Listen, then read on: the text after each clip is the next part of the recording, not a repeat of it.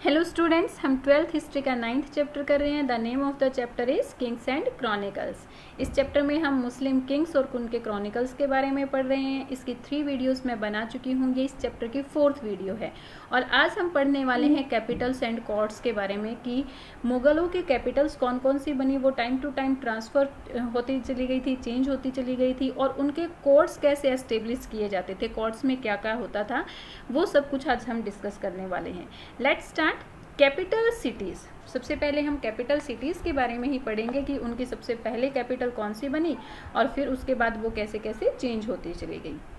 जो मुगल एम्पायर की capital city होती थी, that was the heart of the Mughal empire, वो मुगल एम्पायर का हार्ट होती थी क्योंकि वहीं पर सभी के सभी कोर्ट्स को असेंबल किया जाता था।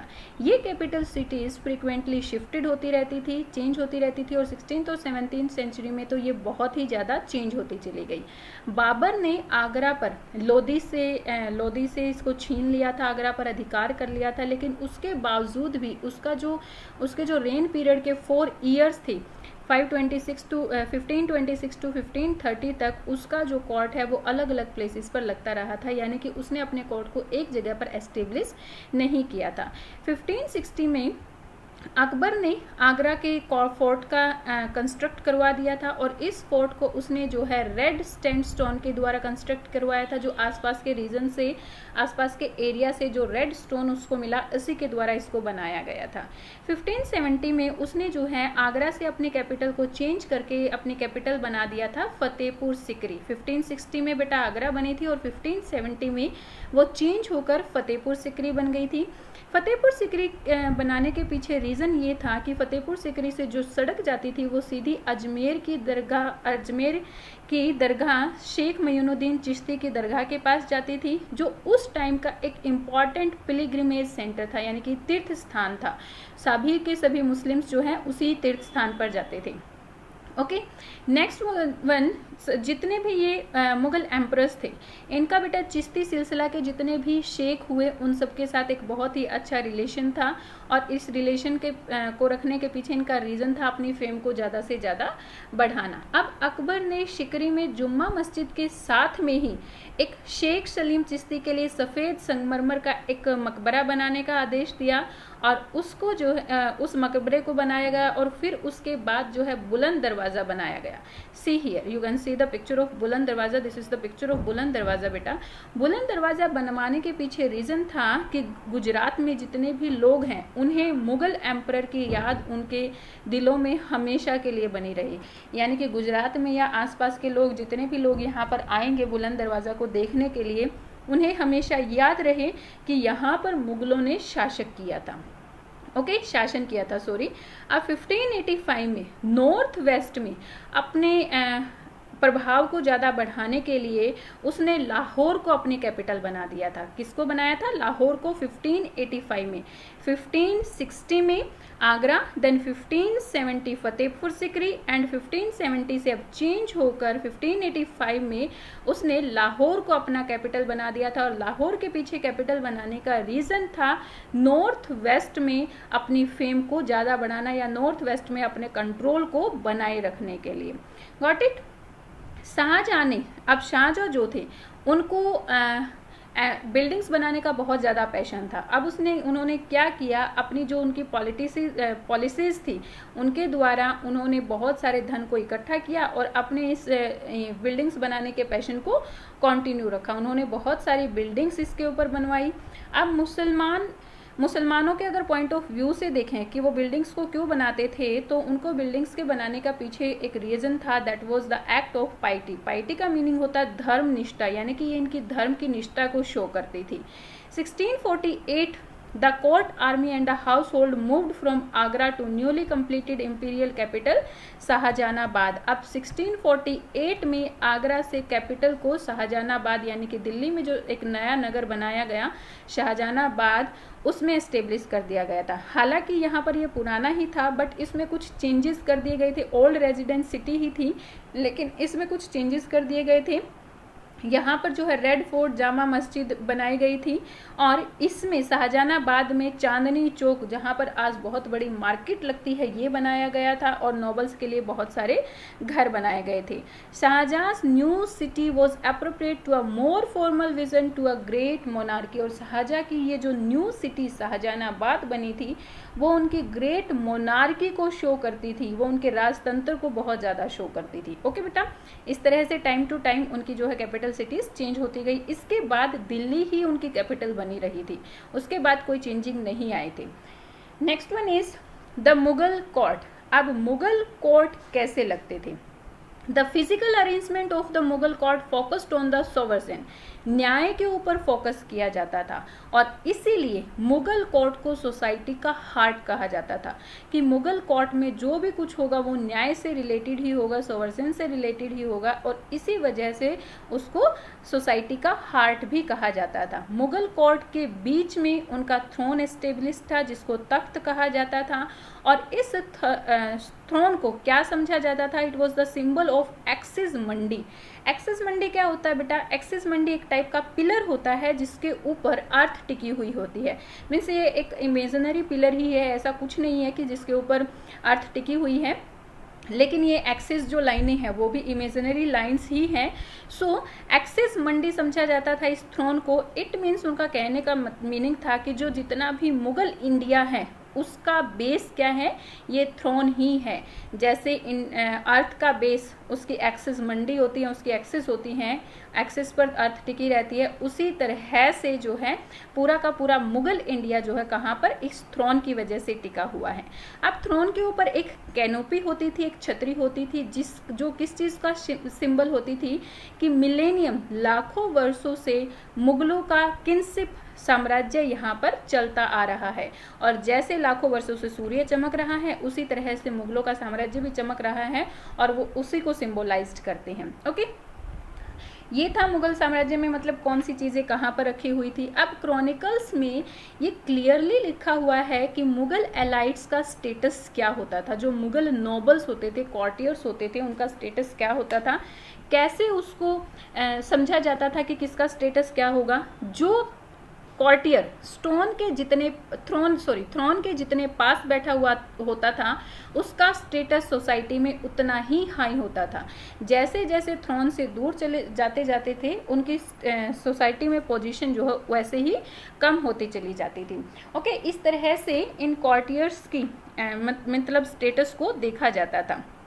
नेक्स्ट वन इज ये आईने अकबरी, दरबारे अकबरी के बारे में बताया गया है कि बेटा दरबारे अकबरी कैसा लगता था, कैसे उसको रखा जाता था। जब भी अकबर कोर्ट में आते थे एक बहुत बड़ा ढोल पीटा जाता था और सभी को ये सूचना मिल जाती थी कि भाई हाँ अकबर आने वाले हैं। सो फिर उसके बाद दरबार में जिन लोगों को आने की परमिशन होती थी, जैसे उसके मिनिस्टर्स हैं या फिर उसकी फैमिली के मेंबर्स हैं, जिन लोगों को भी आने की परमिशन होती थी कोर्ट में, वो सभी के सभी कोर्ट में आ जाते थे और इसको जो है बहुत ही पीसफुल वे से किया जाता था। किसी टाइप का कोई भी हसल वसल यहाँ पर नहीं होता था। अब अगर एक बार बादशाह एम्परर जो है थ्रोन पर बैठ जाता था तो फिर जो है किसी को भी अपनी जगह से हिलने की परमिशन नहीं दी जाती थी। बिना परमिशन के कोई भी कोर्ट से बाहर नहीं निकल सकता था और कॉर्टियर्स जिस लैंग्वेज का यूज़ करते थे उसके ऊपर भी बहुत ज़्यादा फोकस किया जाता था कि वो अपने एटिकेट्स का ध्यान रखें। जितने भी कॉर्टियर्स हैं वो सभी अपने एटिकेट्स का ध्यान रखें, कोई भी जो है यहाँ पर अशिष्टाचार ना करे। अगर कोई ऐसा होता था जो अपने एटिकेट्स का ध्यान नहीं रखता था तो उसी टाइम उसको नोटिस किया जाता था और same time on the spot उसको पनिश भी कर दिया जाता था। ओके, सो इस तरह से कॉर्टियर्स जो है कोर्ट में बैठा करते थे। अब है सैल्यूटेशन यानी कि ग्रीटिंग, नमस्ते कह सकते हैं आप। सैल्यूटेशन कैसे किया जाता था? अलग अलग तरीके होते थे, अलग अलग एम्परर्स के टाइम पर सैल्यूटेशन के जो तरीके थे वो भी अलग अलग होते चले गए थे। The form of the salutation to the rulers indicated that person's status in the hierarchy, किसी को किस तरह से सैल्यूटेट किया जाता है वो उसके स्टेटस को बताता था। एक तो स्टेटस क्या बताता था कि कैसे पता चलता था किसी पर्सन के स्टेटस का कि वो कितना पास थ्रोन के बैठा हुआ है। दूसरा, किसी पर्सन के स्टेटस का पता लगाया जाता था इस तरीके से कि उसको किस तरह से सैल्यूटेट किया जाता था। अगर किसी को ज़्यादा झुककर सैल्यूटेट किया जाता था तो इट मीन्स उसका स्टेटस जो है वो हाई था।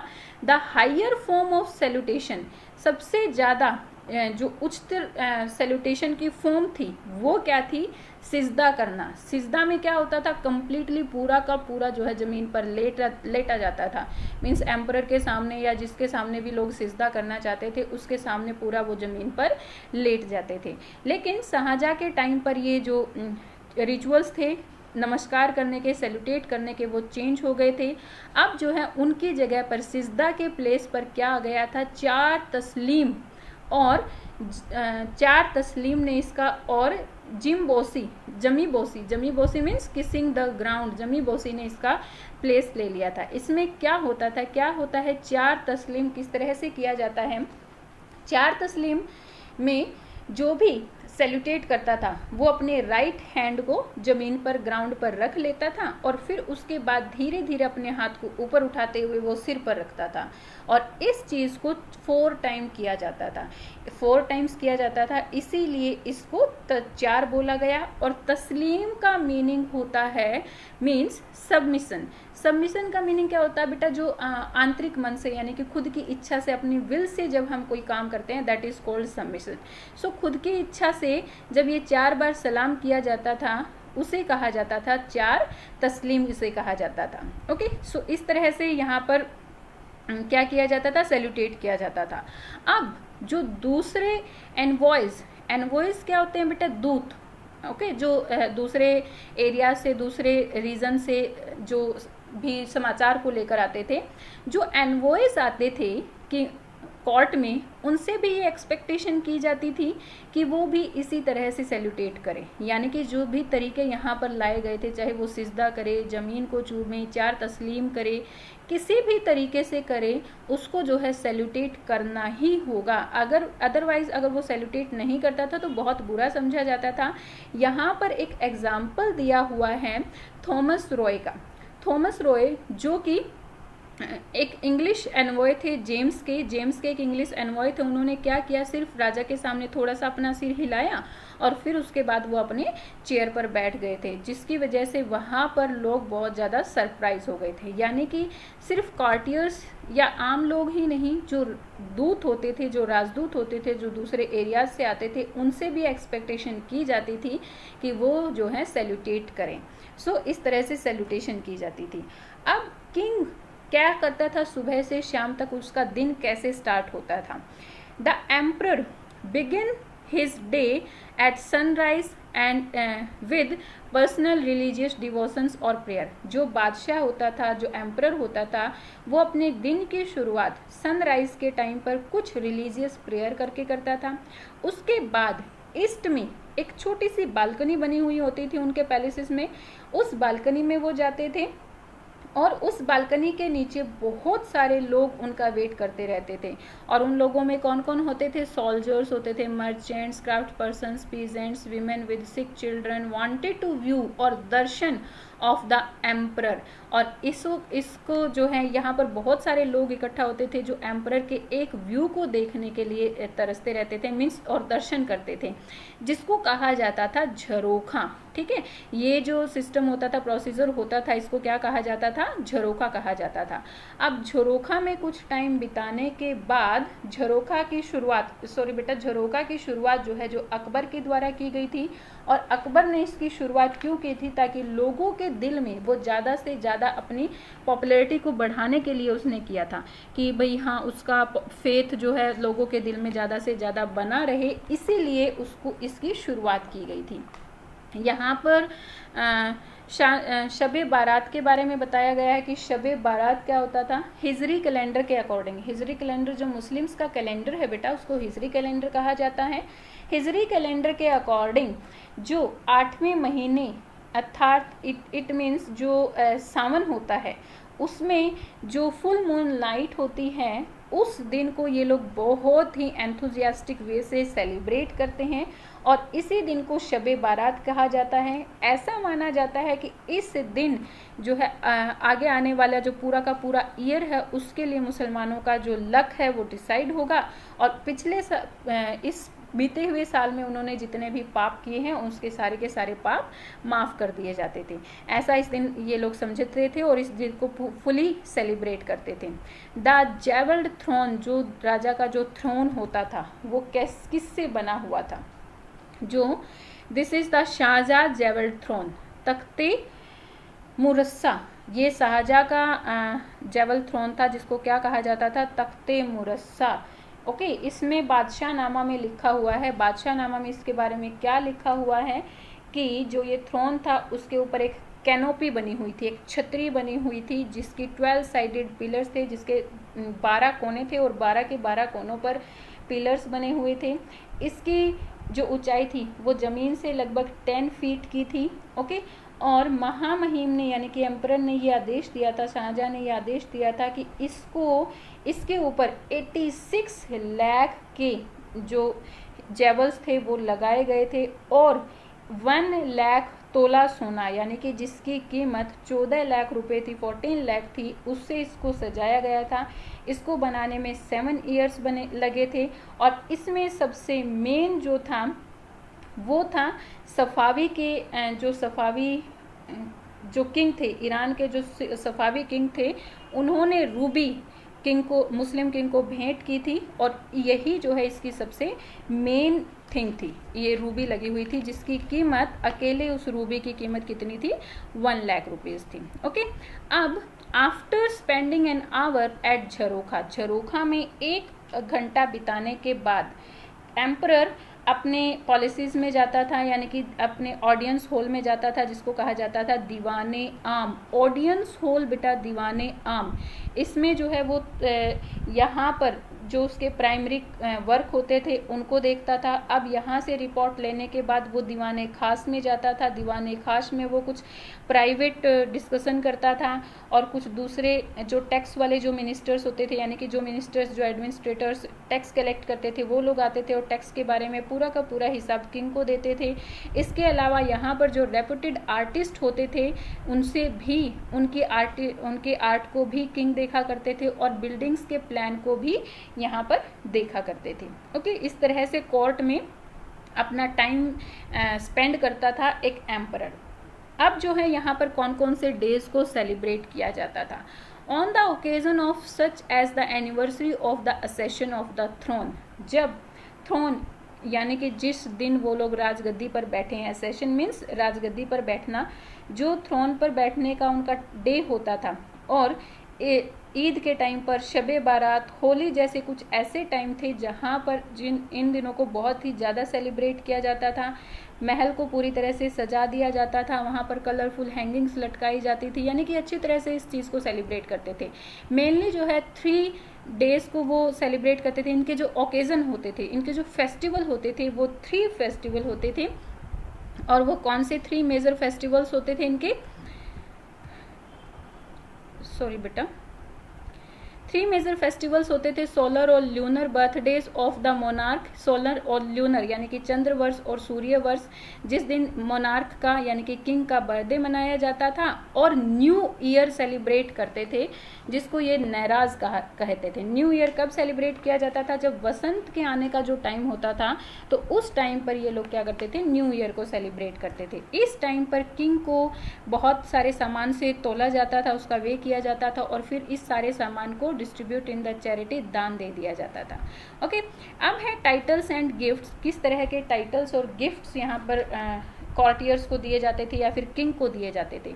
जब भी किंग का असेशन होता था यानी कि उसका राज्याभिषेक होता था तो उसको किसी न किसी टाइटल, उसको कोई ना कोई टाइटल दिया जाता था, या फिर वो किसी एनिमी को, दुश्मन को हरा देता था, उस टाइम पर भी उसको कोई ना कोई टाइटल दिया जाता था। उस टाइम पर यहाँ पर बहुत सारे साउंडिंग्स यानी कि ऊंची ऊंची आवाज़ें की जाती थी, गीत गाए जाते थे, राइम्स गाई जाती थी, पूरा की पूरी ऑडियंस यहाँ पर इकट्ठी होती थी और एक फेस्टिवल की तरह ही इसे सेलिब्रेट किया जाता था।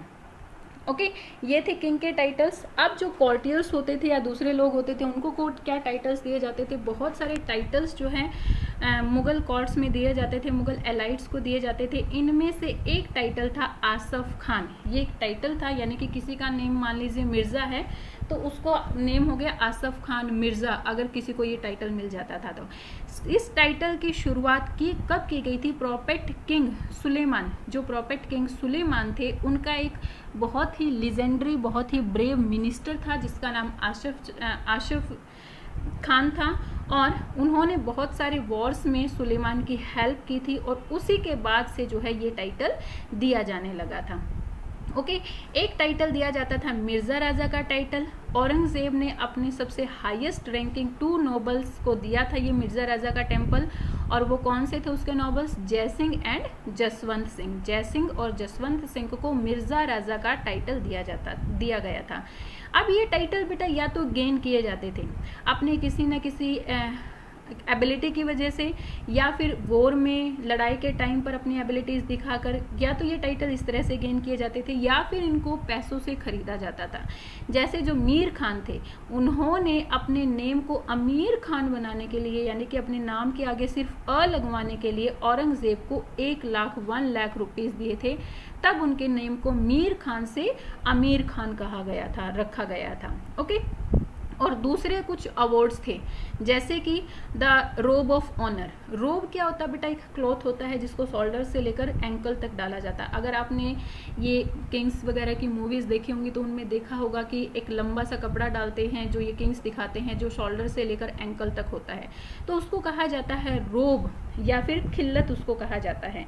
तो जिससे भी किंग एम्परर खुश होता था उसको ये रोब कहा देता था, उसको ये खिल्लत देता था, जिसको जामा भी कहा जाता था। ये कपड़े, ये जो रोब होता था, ये किंग के द्वारा कभी ना कभी पहना गया हुआ होता था, और इसको किंग का आशीर्वाद समझा जाता था। ओके, बादशाह का आशीर्वाद इसको समझा जाता था। दूसरा एक था सरप्पा। सरप्पा का one gift the sarapa. Sarapa means head to foot, यानी कि उसमें सिर से लेकर पैर तक की सारी चीज़ें होती थी। और उसमें क्या क्या होता था? अ ट्यूनिक। ट्यूनिक मीन्स यही रोब ही होता था। अ टर्बन, ये वाली टर्बन बॉक्स दिया जाता था। ठीक है, जो सरप्पा होता था उसमें ये वाला टर्बन बॉक्स दिया जाता था, और उसके साथ एक शैशे होता था। शैशे मीन्स जो कंधे पर एक कपड़ा रखा जाता है, दैट इज कॉल्ड शैशे, पटका जिसको कहते हैं आम भाषा में। तो ये सरप्पा में ये तीनों चीज़ दी जाती थी। कई बहुत सारे ऐसे ओकेजन्स होते थे जिस टाइम पर किंग जो है अपने जेवल्स ऑर्नामेंट भी दे देता था। सपोज किंग का अगर सन हुआ है, जो भी उसकी सूचना सबसे पहले किंग को देता था, तो किंग खुश होकर जेवल्ड ऑर्नामेंट्स भी उस टाइम पर दे दिए जाते थे। ओके, ये गिफ्ट दिए जाते थे किंग के द्वारा अपनी जनता को या फिर अपने नोबल्स को। अब जो नोबल्स होते थे या जनता होती थी, वो भी किंग को कुछ ना कुछ गिफ्ट देती थी। अगर किसी मेन ओकेजन पर सभी लोग इकट्ठा होते थे, वैसे तो कोर्ट में भी सभी इकट्ठा होते थे बेटा, लेकिन उस टाइम नहीं, अगर किसी मेन ओकेजन पर सभी लोग इकट्ठा होते थे तो उस टाइम पर सभी लोग राजा के लिए कुछ ना कुछ लेकर आते थे। ऐसा कोई नहीं होता था जो राजा के लिए कुछ ना लेकर ना आया हो, जो एम्परर के लिए। कुछ लोग बहुत थोड़े से पैसे लेकर आते थे, जिसको नर्स कहा जाता था, यानी कि जो गरीब हैं या छोटे लोग हैं या मतलब मिडिल क्लास सोसाइटी के लोग होते थे, वो थोड़े से पैसे किंग के लिए लेकर आते थे, तो उसको क्या कहा जाता था? नर्स कहा जाता था। कुछ लोग ऐसे होते थे जो बहुत ज़्यादा पैसे लेकर आते थे, एक बड़ी अमाउंट होती थी, अ लार्ज अमाउंट, और and that is called peshkash. नर्स और पेशकश में डिफरेंस यही है। नर्स means a small sum of money and peshkash means a large sum of money, large amount जो होता था। सो इस तरह से लोग जो ये गिफ्ट देते थे, तो वो अपनी रिस्पेक्ट, ऑनर और रिस्पेक्ट किंग के प्रति शो करते थे कि भाई हाँ, वो किंग की ऑनर, किंग की रिस्पेक्ट कर रहे हैं। सो यहाँ पर इस तरह से कोर्ट लगाया जाता था, और यहाँ पर टाइटल्स दिए जाते थे। I hope you got all the points beta which we discussed today. Okay, tell me in comment section if you have any problem, that also tell me. Okay, please like and share my videos and subscribe my channel. Thank you, bye bye, keep learning.